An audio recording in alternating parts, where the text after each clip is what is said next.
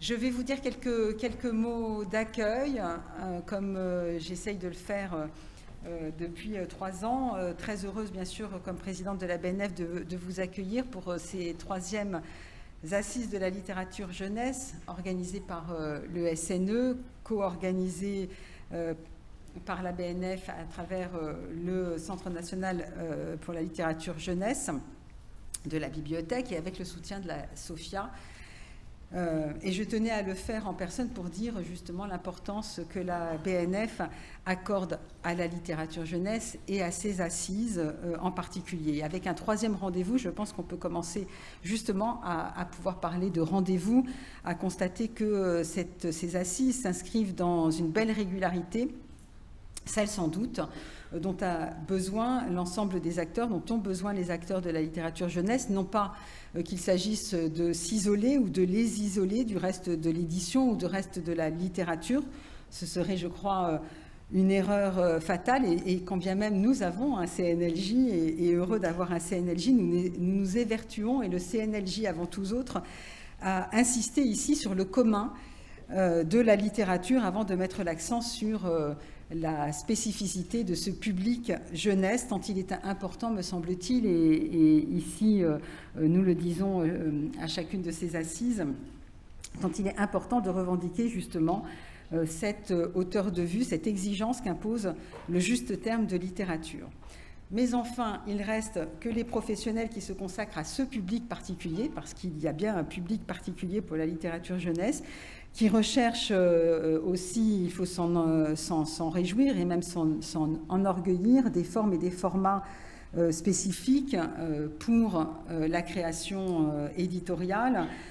Il y a une densité aussi dans ce secteur plus systématiquement forte, je pense, des croisements dans les matières créées, et le fait qu'il ait été choisi d'animer ou de suivre plus exactement ces assises avec Clotilde Delacroix en est un exemple. Eh bien tout cela, sans nul doute, justifie ce besoin de se retrouver et de partager des réflexions propres aux professionnels qui travaillent pour la littérature jeunesse. Et c'est cette envie d'être utile qui nous conduit à persévérer, qui nous conduit collectivement à persévérer dans l'organisation de ces assises. Voilà, votre présence très nombreuse ici, je ne sais pas combien sont les personnes qui vont suivre les assises à distance, témoigne en tout cas de la pertinence de ce projet, et c'est, je pense, pour moi comme pour tous les organisateurs, un grand motif de fierté. Le choix a été fait cette année de s'arrêter sur des enjeux sociétaux et environnementaux importants qui dépassent évidemment le cadre de la littérature jeunesse. La crise sanitaire a sans nul doute été d'ailleurs un stimulant. Il faut bien qu'on trouve des aspects positifs à ce que nous avons subi au cours de ces derniers mois. Un stimulant dans les réflexions engagées au sujet de l'environnement. Et la matinée sera donc consacrée, initiée par Régine Hatchando qui préside le CNL, tandis que l'après-midi permettra d'y revenir de nouveau en mettant l'accent sur les effets de cette crise dans les relations qu'il s'est agi de préserver, de maintenir avec les lecteurs. Et dans l'intervalle, c'est un thème que je crois vraiment important, profond, qui nous occupera, qui vous occupera, celui qui touche à la liberté d'expression et à la cancel culture, à l'impact de cette dernière sur la création éditoriale jeunesse en France, sujet vraiment essentiel. En tout cas, vous le voyez, et j'espère que vous en êtes convaincus, à chacune des étapes de ce programme, je constate à quel point les préoccupations de toute la chaîne du livre, comme on le dit, sont celles de la BNF, et que cette dernière, dans ses initiatives, contribue, je l'espère en tout cas, à nourrir nos réflexions communes. Je me réjouis ainsi de cette démonstration que nous faisons ensemble d'une communauté d'intérêts. Incontestablement, nous sommes liés dans une belle convergence, c'est le principe même de la chaîne, une convergence qu'incarne fortement le CNLJ et conduit par Jacques Vidal-Naquet au sein de nos services. Et je ne résiste pas, Jacques, à évoquer quelques-unes de vos initiatives, quelques-unes des initiatives de la BNF plus largement, qui, de toutes les manières possibles, permettent de montrer comment s'illustre cette insertion ou cette présence de la littérature jeunesse à la bibliothèque. L'invitation, je pense à l'invitation faite par le CNLJ à tous les acteurs du monde du livre aux rencontres des visiteurs du soir. Je pense évidemment à l'engagement de tous dans la revue des livres pour enfants. Je pense aux expositions que nous faisons et avec la volonté de créer là aussi un rendez-vous annuel réservé à la littérature. Si vous ne le savez pas déjà, je vous l'annonce pour que vous veniez tous en novembre. Ce sera cette année Baudelaire à partir du 2 novembre. Et en parallèle, l'hommage rendu à May Angeli dans la Galerie des Donateurs, mais aussi des masterclass qui nous permettent d'accueillir les auteurs et que nous organisons avec le CNL, Régina Tchando, et avec France Culture, Sandrine Trainer. Des lectures à voix haute. Nous sommes tous engagés dans la grande cause nationale, mais la lecture à voix haute, évidemment, est un art que nous défendions avant l'année et que nous défendrons après l'année qui la met si justement à l'honneur, avec ces rendez-vous que nous avons en salle de lecture des manuscrits tous les mois à partir de la nuit de la lecture et jusqu'au festival la bibliothèque parlante chaque été, qui nous permet justement de dire les textes, vos textes, les textes des auteurs, les textes édités par les éditeurs à voix haute pour le plus grand plaisir de nos visiteurs. Et puis je ne résiste pas non plus à l'envie de rappeler, j'ai dit que ce thème était tellement important et il ne va pas cesser de l'être de sitôt, rappeler aussi en écho donc au thème choisi cette année, la belle exposition qui avait été présentée ici en 2019 autour du thème de la censure dans la littérature jeunesse, Ne les laissez pas lire, et qui trouve aujourd'hui une suite et même une extension dans le numéro spécial de la revue qui y est consacré et donc que nous allons aborder aujourd'hui. Voilà, pardon, j'ai été un petit peu longue, mais c'est toujours l'enthousiasme qui nous guide ici à la bibliothèque. Tout ça pour dire que cet accueil ici à la bibliothèque des assises de la littérature jeunesse n'est évidemment pas dû au hasard, pas non plus que l'investissement du CNLJ pour co-organiser cette rencontre. Il me reste donc à vous souhaiter de riches débats tout au long de cette journée et à remercier tous ceux qui portent ce projet, à commencer par le SNE, Vincent Montagne, Pierre Gutilleul, aussi évidemment la section, le groupe jeunesse du SNE, à remercier la SOFIA que j'ai déjà citée, sans laquelle nous ne pourrions pas organiser ces rencontres, et à vous remercier tous pour votre engagement et votre présence. Voilà, merci beaucoup. Vincent, je te laisse la parole.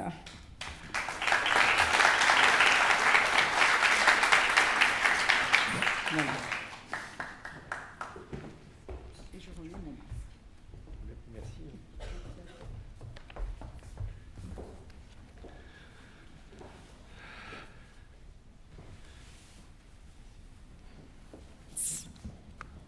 Madame la présidente de la BNF, chère Laurence, Madame la présidente du CNL, chère Régina Tchando, Madame la présidente du groupe Jeunesse, chère Marion Jablonski, chers collègues, chers amis, mesdames, messieurs. C'est une vraie joie pour moi de vous retrouver aujourd'hui à l'occasion de la 3e édition des Assises de la littérature jeunesse, et quel plaisir de pouvoir prendre la parole, si j'ose dire, en vrai, devant vous, dans cette salle. Et je pense aussi à tous ceux qui, derrière les écrans, est également nombreux à suivre cette rencontre. Merci donc, chère Florence, de nous accueillir cette année encore dans ce magnifique auditorium de la Bibliothèque nationale de France. Lors de la précédente édition des assises en fin 2019, à date, nous étions loin d'imaginer ce qui allait se passer quelques mois plus tard. Cette crise inédite que nous venons de traverser et dont nous espérons voir la fin a rendu les échanges interpersonnels qui pourtant font la richesse de nos métiers plus difficiles.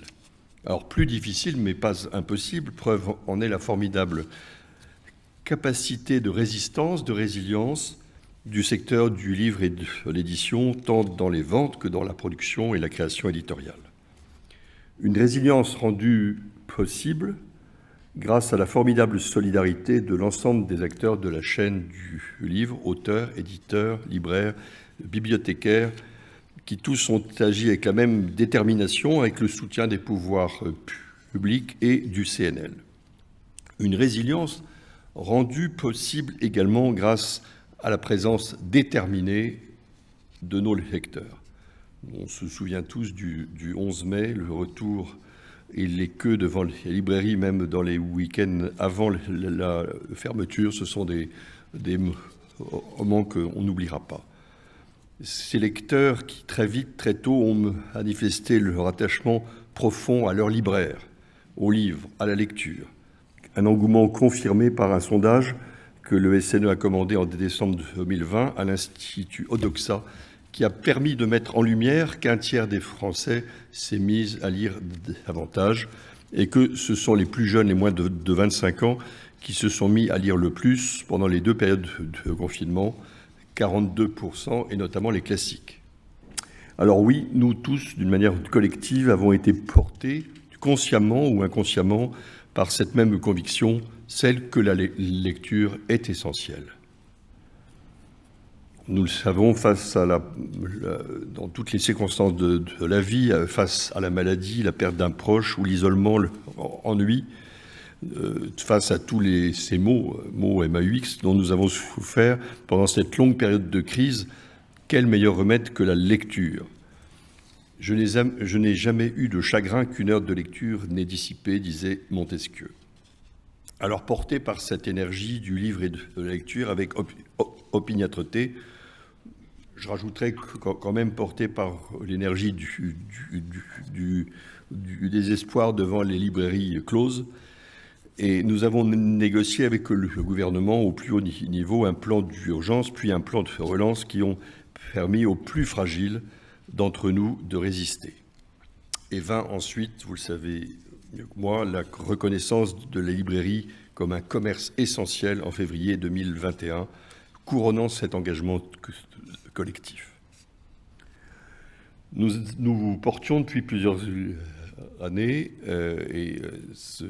et plus récemment de manière assez forte devant le Sénat et l'Assemblée nationale l'idée de déclarer la lecture grande cause nationale. Et donc en juillet dernier, cette annonce du président de la République est arrivée. Donc nous savons que dans ces circonstances-là, ça n'exclut pas tout un travail important que nous devons faire, et nous avons jusqu'en juillet 2022, mais ça passe vite. Mais les mots du président sont intéressants. C'est comment mettre la lecture au cœur de la vie de tous les Français. Donc, et en portant une attention particulière aux plus jeunes et à ceux qui en sont éloignés. Parce que lire est un plaisir, évidemment, mais c'est aussi essentiel pour se construire en tant que citoyen éclairé et libre. Vous le savez, aujourd'hui encore, 20% des élèves maîtrisent mal les savoirs fondamentaux à la sortie de l'école primaire, et notamment la lecture. J'ai un autre chiffre, c'est qu'un 17% des enfants de 14-15 ans ne comprennent pas ce qu'ils lisent. Ils savent lire, mais ils ne comprennent pas. C'est donc une source de grande inégalité entre nos jeunes adultes et citoyens de demain. Toutes les enquêtes le montrent, la lecture est une des clés de la réussite. 30 minutes de lecture quotidienne, nous enseigne une enquête PISA, permettent des progrès significatifs en français et d'une façon corrélative dans les autres matières, même les mathématiques.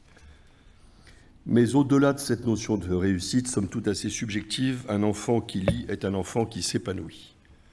Et en faisant s'évader l'enfant dans l'imaginaire du livre, en lui permettant d'ouvrir la grande porte sur un monde enchanté, comme le disait Mauriac, l'enfant grandit.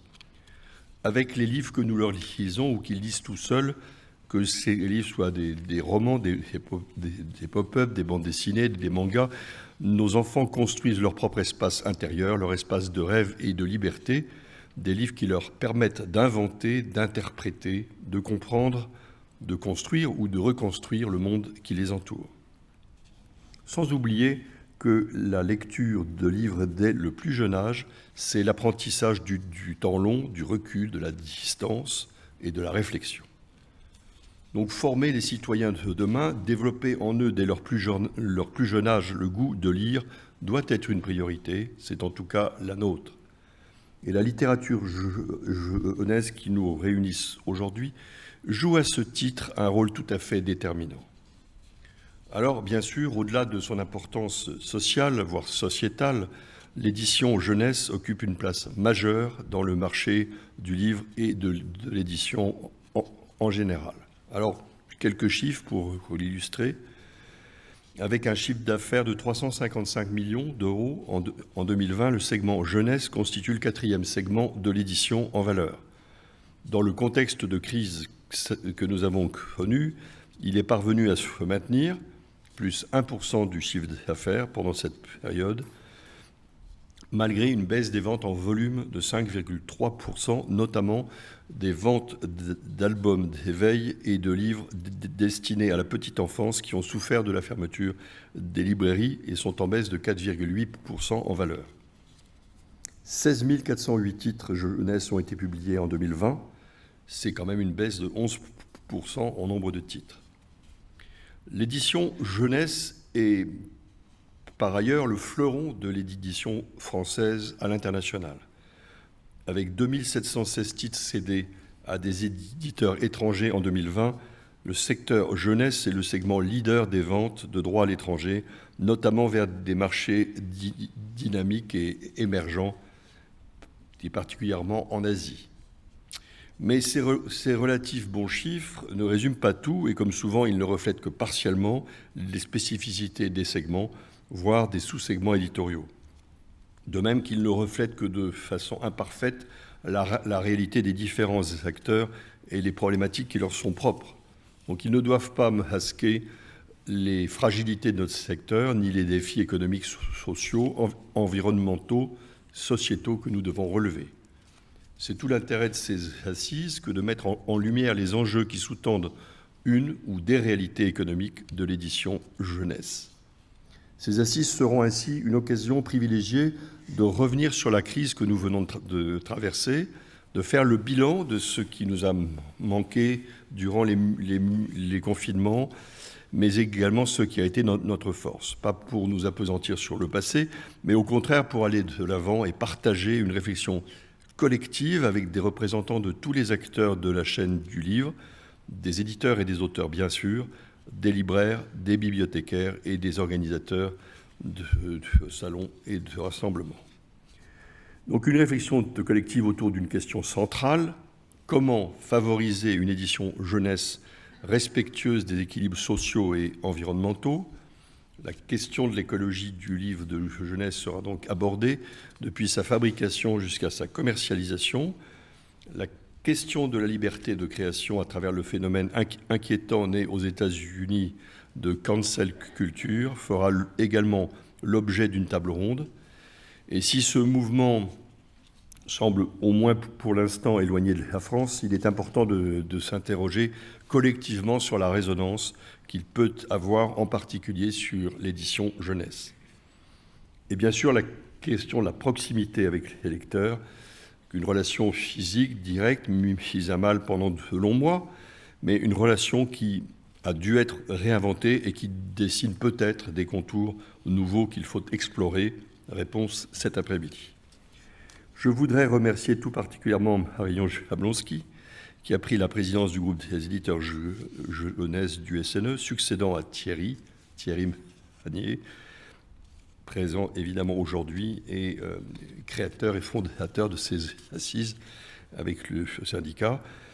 Et je remercie évidemment toutes les éditrices et les éditeurs du bureau jeunesse qui se donnent sans compter au service d'un objectif, celui de promouvoir la littérature jeunesse pour développer en chaque enfant, dès son plus jeune âge, le goût et le plaisir de lire. Alors, la nécessité de constituer des segments éditoriaux ne doit pas nous faire oublier que la littérature jeunesse, c'est de la littérature tout court, une littérature contemporaine, exigeante, excellente, en perpétuelle mutation, toujours à la pointe des innovations éditoriales et technologiques. Et en cela, éditeurs et auteurs sont tous deux preneurs de risques et créateurs.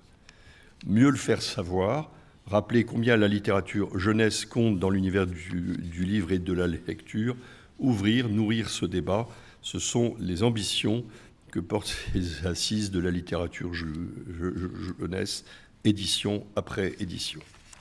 Ce sont aussi les ambitions qui animent les nombreuses actions visibles et moins visibles que mène le groupe jeunesse du SNE, en soutenant par exemple activement le grand jeu national Les Petits Champions de la lecture, dont nous fêtons cette année le 10e anniversaire. Chaque année, ce sont plus de 50 000 élèves de CM2 de toute la France, métropole et outre-mer, qui découvrent sur un mode ludique les joies de la lecture, à haute voix et le plaisir du partage. Et cette année, grande nouveauté, le jeu s'ouvre également aux élèves de CM1. En poursuivant le travail de la commission Salons et Manifestations pour défendre la place de la littérature jeunesse et de leurs auteurs dans les salons et notamment grand public. Également dans le cadre des rencontres en région qui permettent au fil de l'année et partout en France aux éditeurs jeunesse du SNE de nouer un dialogue privilégié avec les médiateurs du livre, notamment libraires et bibliothécaires. Et enfin, en poursuivant son travail de valorisation de la littérature adolescente et de ses auteurs grâce au prix Vendredi, dont le lauréat de la 5e édition sera annoncé le 8 novembre, un prix soutenu par la Fondation La Poste et la SOFIA, en partenariat avec Bayard et Lecture Jeunesse. Ce sont aussi ces ambitions que porte le SNE et avec lui tous ses groupes et commissions, notamment quand nous nous engageons dans une refonte totale du Salon du Livre pour créer un nouveau festival de tous les livres pour célébrer la lecture sous toutes ses formes. Mais c'est une autre histoire. Rendez-vous du 21 au 24 avril prochain au Grand Palais éphémère. Alors avant de clore cette intervention et laisser place au débat, je voudrais naturellement, comme Laurence l'a fait, de remercier chaleureusement les partenaires de ces assises, la BNF évidemment en tout premier lieu qui nous accueille et son précieux centre de la littérature pour la jeunesse qui co-organise avec le groupe jeunesse du SNE cet événement. Merci à la SOFIA également et à sa présidente Cécile Deniard qui nous accompagne si fidèlement dans chacune de nos actions. La crise sanitaire nous a rappelé l'importance des contacts humains, des moments que nous partageons ensemble, et j'en suis ému, parce que nous redécouvrons le plaisir d'être ensemble et retrouvons cette proximité qui est constitutive de nos métiers. Les assises en sont une très belle occasion. Que vive la littérature jeunesse, le livre et la lecture. Bons travaux, merci beaucoup.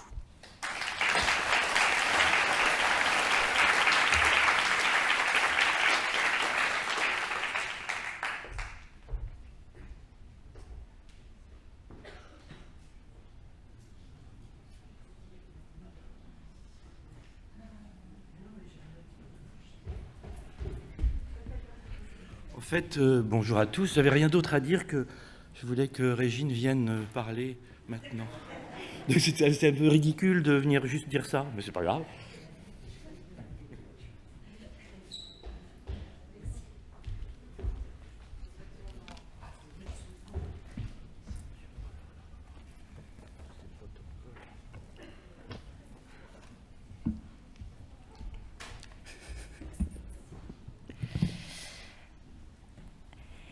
Madame la présidente de la BNF, chère Laurence, Monsieur le président du SNE, cher Vincent Montagne, Madame la présidente du groupe jeunesse du SNE, chère Marion, et j'aurais tendance à dire cher Thierry, car j'ai compris que vous fonctionniez de manière très solidaire en couple sur ce groupe jeunesse.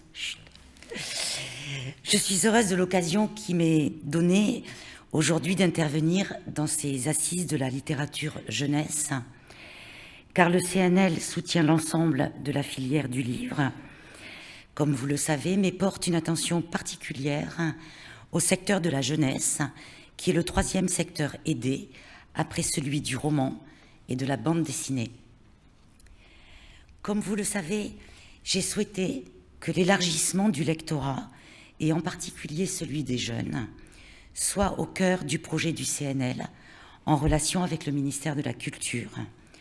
La création, selon moi, ne devant jamais se départir du public auquel elle s'adresse. Ce n'est pas vous que j'ai besoin de convaincre de l'importance de la lecture. La lecture est une ouverture à soi et aux autres. La lecture nous relie au passé, au présent, au monde dans toute sa diversité. La lecture est un enjeu humaniste. La lecture permet d'habiter sa langue. Elle est un enjeu civique et social. Albert Camus disait « Ma patrie, c'est la langue française ». La lecture refuse l'immédiateté. Elle réclame attention et réflexion. Elle permet de s'extraire de l'agitation du monde pour lui trouver un sens. Ne plus lire, c'est renoncer à rechercher le sens dont on a besoin pour se construire et appréhender la vie comme la mort. Comme vous l'avez rappelé, cher Vincent, la vitalité du secteur du livre aujourd'hui est réelle. Et malgré cette crise sanitaire, le marché a résisté. On ne peut que s'en réjouir. Mais nous savons aussi que derrière ce constat, de fortes disparités existent, en particulier chez les jeunes, et a fortiori chez les jeunes dont les familles sont éloignées du livre. Dans les pratiques de lecture, on constate aujourd'hui 2 mouvements antagonistes qui sont des tendances de fond. D'une part, l'importance de la place du livre chez les enfants et les préadolescents. 90% des 7-11 ans lisent des livres dans le cadre de leurs loisirs. Cet engouement a été particulièrement visible lors de la crise sanitaire. Le pic des ventes à la réouverture des librairies, après les confinements, notamment le premier, marque le profond attachement des Français et des familles aux librairies et aux libraires, qui sont un véritable lien social de proximité. Et lors de ces files d'attente qui nous ont bouleversés, on en était ravis, même si on savait que tous n'étaient pas heureux d'attendre longtemps. On voyait des adultes, mais on voyait aussi beaucoup de parents avec leurs enfants attendre pour retrouver le plaisir de la librairie et aller acheter des livres. Dans les bibliothèques, au même moment, les rayons jeunesse ont été vidés entre novembre 2020 et mai 2021. Les demandes d'aide de renouvellement des fonds des bibliothèques explosent cette année et grâce aux moyens du plan de relance dont le CNL a pu bénéficier, nous pouvons satisfaire cette demande. Mais d'autre part, la baisse inquiétante des pratiques de lecture à l'adolescence au profit des écrans continue chaque année. En 2020, les 15-24 ans qui ont lu au moins un livre ont reculé de 7 points par rapport à 2019. Ce phénomène est d'autant plus inquiétant que 38% des 15-24 ans déclarent ne pas avoir envie de lire davantage. Le problème n'est pas propre à la France, il est mondial. De manière générale, les enfants du primaire lisent en moyenne par an 6 livres par goût personnel, là où les collégiens n'en lisent que 2. De surcroît, la différence entre les filles et les garçons se creuse. 4h15 de lecture en moyenne par semaine pour les filles, contre 2h15 pour les garçons. Ces chiffres sont évidemment à mettre en regard de l'augmentation du temps passé par les adolescents sur leur smartphone à savoir au moins 12 heures en moyenne par semaine. Est-ce grave? Oui. Au-delà des enjeux à long terme, pour la filière du livre sur le plan économique, nous sommes en proie à un combat que nous pouvons oser appeler, je pense, un combat civilisationnel. La civilisation au singulier, c'est l'ensemble des savoirs, des connaissances, des cultures, de valeurs communes, de techniques acquises par l'humanité au fil des siècles, la somme des livres écrits et le récit de notre histoire, de notre civilisation. L'érosion de la lecture, c'est le risque de l'amnésie des êtres humains. Le détournement des jeunes de la lecture est aussi, nous le savons tous, et vous l'avez dit, Monsieur Montagne, la source d'accroissement des inégalités. Cependant, pour être moins sombre, le président de la République a annoncé la lecture grande cause nationale. Les librairies ont été déclarées commerce essentiel. Les Français ont montré l'attachement à leurs libraires. Le pass culture permet à des adolescents qui n'avaient jamais franchi le seuil d'une librairie d'y entrer, de découvrir, de s'y sentir accueillis et d'acheter des livres. La lecture en 2021 est née sous une bonne étoile. Et donc nous devons et nous pouvons agir. L'école est sans nul doute au cœur de ce combat pour la lecture des jeunes. Le prérequis de la lecture comme un plaisir repose sur le fait de bien savoir lire. Or, aujourd'hui, 15%, avais-je dans mes chiffres, mais c'est peut-être 20%, j'allais dire peu importe, c'est trop, des élèves qui arrivent en 6e ne maîtrisent pas la lecture. L'importance de la maîtrise des savoirs fondamentaux est donc primordiale, avec d'une part l'acquisition du vocabulaire dès l'âge de 3 ans à 6 ans et l'apprentissage du décodage au cours préparatoire, qui est une classe charnière pour l'accomplissement futur de l'élève, autant que pour la transmission du goût de lire. À cet égard, les auteurs et les éditeurs jeunesse, à travers la création des albums et l'inventivité des livres jeunesse, jouent un rôle majeur qu'il convient de saluer. Au-delà du rôle fondamental de l'éducation nationale, avec laquelle nous travaillons étroitement depuis la rentrée et avec laquelle nous projetons de signer une convention au long cours, je souhaite partager avec vous aujourd'hui ce que fait le CNL, mais plus globalement, partager avec vous les actions remarquables conduites sur l'ensemble du territoire par les acteurs du livre eux-mêmes et auxquels le CNL souhaite se mettre à disposition pour les soutenir, pouvoir renforcer et intensifier leurs actions. Le CNL accompagne l'ensemble des acteurs de la chaîne du livre pour promouvoir la lecture jeunesse, mais par son statut d'établissement public, il peut jouer un rôle national de soutien auprès de tous les acteurs pour favoriser la pratique de la lecture auprès des plus jeunes.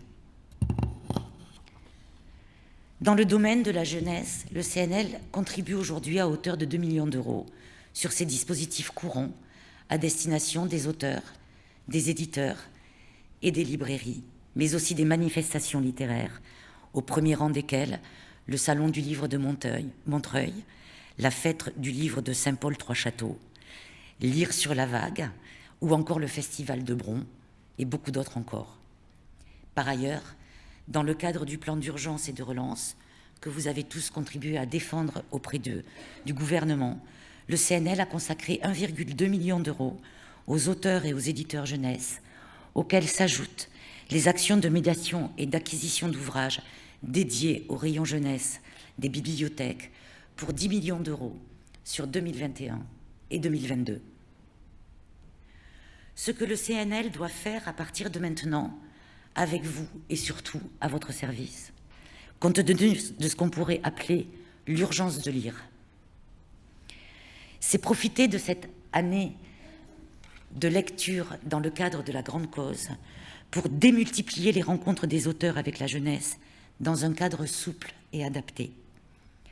La crise sanitaire a considérablement réduit le nombre de rencontres d'auteurs avec les jeunes. avec un effet collatéral d'appauvrissement aussi des auteurs, dont on sait par ailleurs que les revenus ne cessent de décroître. Or, ces rencontres sont des expériences inoubliables pour les enfants et les jeunes qui y participent. J'en veux pour preuve, les expérimentations que le CNL a menées en 2020 et en 2021, avec 60 résidences d'auteurs de bandes dessinées accueillis dans les établissements scolaires dans le cadre de l'année de la BD, et 14 résidences d'auteurs organisées dans les colonies de vacances apprenantes, dans le cadre de Partir en livre, dans toutes les régions de France, en partenariat avec la Charte des auteurs, la Ligue de l'enseignement et le ministère de l'Éducation nationale. La grande cause est pour nous l'occasion de massifier la présence des auteurs qui le souhaitent, partout où cela est possible, établissements scolaires, entreprises, établissements pénitentiaires, dans des formats souples et adaptés, en fonction des besoins des structures accueillantes, mais aussi en fonction des désirs des auteurs.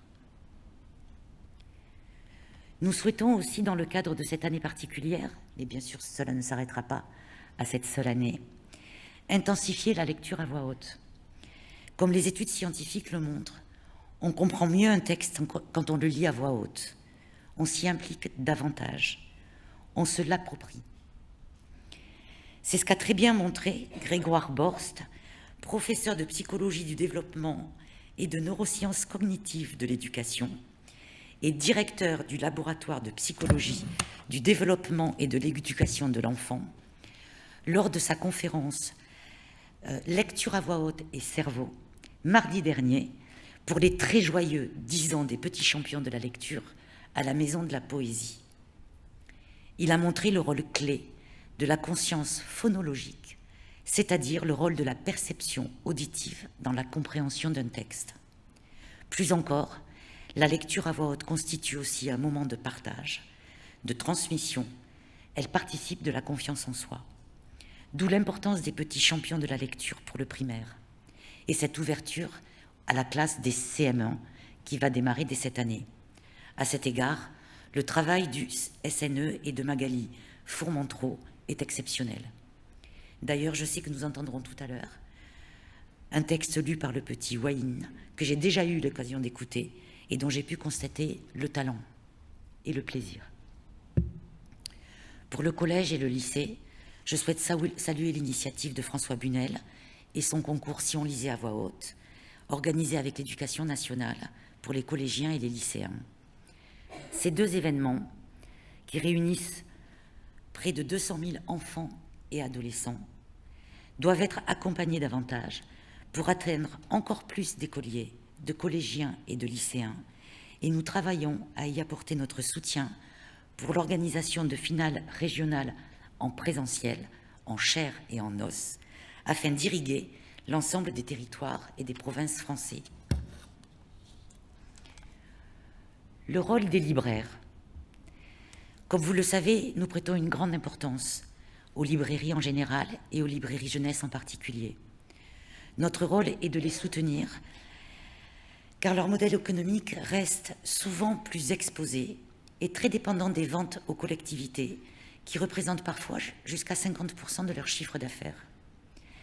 Un des enjeux consiste à consolider leurs ventes, à veiller et encourager les collectivités territoriales à s'approvisionner auprès des librairies indépendantes, sachant que nous n'avons pas le droit de l'imposer. Un des enjeux consiste aussi à les aider à développer la convivialité de leurs magasins, avec des agencements spécifiques pour les petits, propices au temps de rencontres et de partage, comme le font des librairies comme Coquelinotte à Saint-Étienne, L'Eau Vive à Nîmes, ou encore le Divan Perché à Paris, mais bien sûr ce n'est pas exhaustif. Et nous souhaitons aussi les encourager à accueillir une offre très visible pour les jeunes adultes et retenir ainsi les enfants devenus adolescents. D'autant que nous suivons de très près l'évolution du pass culture qui, dès janvier 2022, va s'ouvrir aux enfants de 15 ans qui pourront aller acheter en librairie des livres tout seuls. C'est un enjeu pour tous les libraires de se saisir du PASS et d'y voir à la fois un complément de ressources, mais aussi un outil pour amener les jeunes à rentrer dans les librairies et à découvrir la diversité éditoriale française. Une petite anecdote sur le Pass Culture. Lors de l'expérimentation en Seine-Saint-Denis, la librairie La Malle aux Histoires a été en 3 jours, à Pantin, a été en 3 jours dessaisie de livres, de mangas et d'une bande dessinée, après avoir donné conseil à une jeune femme qui voulait utiliser son Pass Culture. Cette jeune fille a ouvert à sa boucle WhatsApp les conseils que la libraire lui avait donnés, et en 3 jours, la libraire n'avait plus un seul livre de ces livres conseillés. C'est montrer le travail de prescription des libraires, l'utilité du Pass Culture pour ceux qui en doutent. C'est aussi montrer l'intérêt des réseaux sociaux, que l'on condamne beaucoup par ailleurs à raison, puisqu'ils peuvent créer, lorsque les jeunes s'en emparent, un outil de conseil entre pairs qui est généralement beaucoup plus efficace pour cette génération à une lecture d'une très bonne critique dans la presse écrite. De manière plus générale, nous devons investir les réseaux sociaux pour toucher davantage les jeunes, positionner le livre sur les réseaux sociaux, susciter la création de clubs de mise en réseau de jeunes lecteurs, par exemple, encourager le partage en créant des concours de tirades à voix haute qui peuvent être mises en ligne, de conseils de lecture produits par les jeunes eux-mêmes. Mon conseil de lecture en 1 minute. Nous réfléchissons notamment à l'enregistrement de tirades dites par les jeunes dans le cadre de l'hommage que nous allons rendre à Molière. Dans le même esprit, nous allons dès ce mois-ci expérimenter un soutien à la production du livre audio. Le conseil d'administration du Centre national du livre a voté positivement le 21 juin la création de l'expérimentation d'un soutien financier à la production de livres audio. Et nous allons avoir la première commission qui se réunit ce mois-ci. Ce sera l'occasion de soutenir davantage le livre audio, dont le confinement a prouvé que les jeunes s'y intéressaient particulièrement, de la même manière qu'ils écoutent beaucoup de podcasts. Le livre audio peut être une passerelle vers la lecture, et le CNL lancera dès janvier 2022 sur ce sujet une étude qui nous permettra de mieux appréhender les besoins. Nous devons bien sûr continuer d'accompagner les bibliothèques, j'en ai beaucoup parlé. L'extension des horaires d'ouverture des bibliothèques, suite au rapport Orsena, est un progrès incontestable pour l'accueil des familles. Et cette plus grande ouverture doit s'articuler avec encore plus de soutien à l'enrichissement de l'offre éditoriale, à l'accroissement des actions de médiation et de formation pour les animateurs des centres de loisirs et des centres sociaux. Nous devons aussi encourager le fait d'amener le livre là où il n'est pas, en soutenant des projets itinérants, comme par exemple celui mené par Bibliothèques sans frontières, qui, grâce aux Idea Box, s'installe de manière très souple dans les campagnes et les quartiers politiques de la ville. Enfin, j'espère ne pas être trop longue, nous devons faire de la lecture une fête. Et de ce point de vue-là, nous allons prendre appui au CNL sur les 2 festivals que nous organisons, Partir en livre depuis 7 ans, et les Nuits de la lecture qui nous ont été confiées récemment par le ministère de la Culture. Ces 2 manifestations sont l'occasion de rendre visibles les actions menées par vous tous tout au long de l'année. Elles permettent de désacraliser le livre, de l'apporter à ceux qui ne lisent pas, de développer la lecture à voix haute, de développer et de créer des ateliers d'écriture, de dessin, des battles de BD.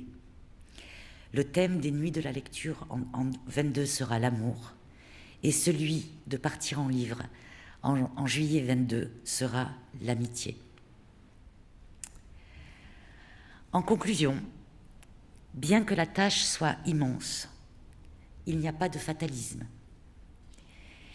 Renouer avec le livre comme un plaisir, comme une joie intime et partagée, doit être notre boussole.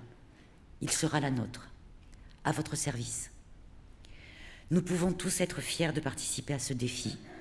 Les acteurs du livre, la puissance publique, les associations, la société civile et bien sûr les auteurs. Je vous remercie de votre écoute et suivrai avec intérêt tous les sujets qui vont traverser vos réunions, qui sont essentiels, que je n'ai pas évoqués, mais bien sûr ils traversent aussi les inquiétudes ou en tous les cas les priorités du CNL, la cancel culture, la situation de la profession après la crise sanitaire, le développement durable et tant d'autres sujets. Merci beaucoup.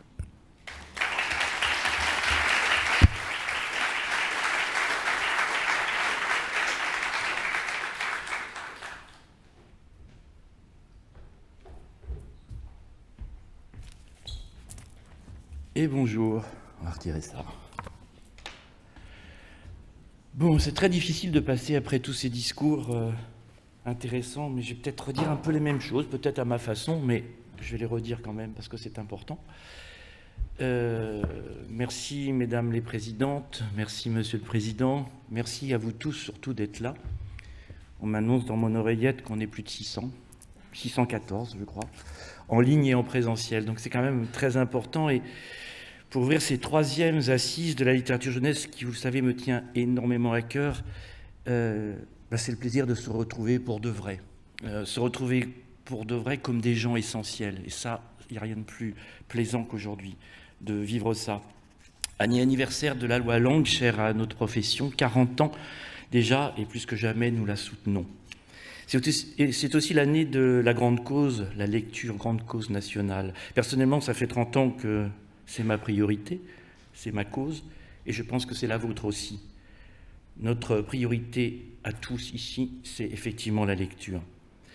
Mobilisons-nous tous ensemble, auteurs, professionnels du livre, bibliothèques, réseaux associatifs, pour promouvoir le développement de la lecture comme facteur d'inclusion sociale. La lecture, dès le plus jeune âge, est indispensable à la construction de l'être. C'est cette lecture qui nous permet de nous construire, de vivre, de nous défendre, d'avancer, de nous affirmer aussi, et mieux nous comprendre. Une grande cause n'arrive jamais trop tard, profitons-en et mettons en valeur nos professions. Mais pourquoi ? Pourquoi, depuis ce week-end, les enfants, les adolescents de plus de 12 ans ne peuvent pas rentrer sans passe dans les bibliothèques ? Tout simplement avec un masque pour venir lire, choisir un livre, travailler, étudier, l'âge tellement ingrat, l'âge où justement on a besoin de s'affirmer. Espérons que l'un de nos dirigeants va en prendre conscience. Que cette cause soit utile pour tous. Parfois il suffit de parler avec des professionnels, à savoir des bibliothécaires, pour éviter ce genre d'erreur. Espérons que ces jeunes adolescents deviennent eux aussi essentiels.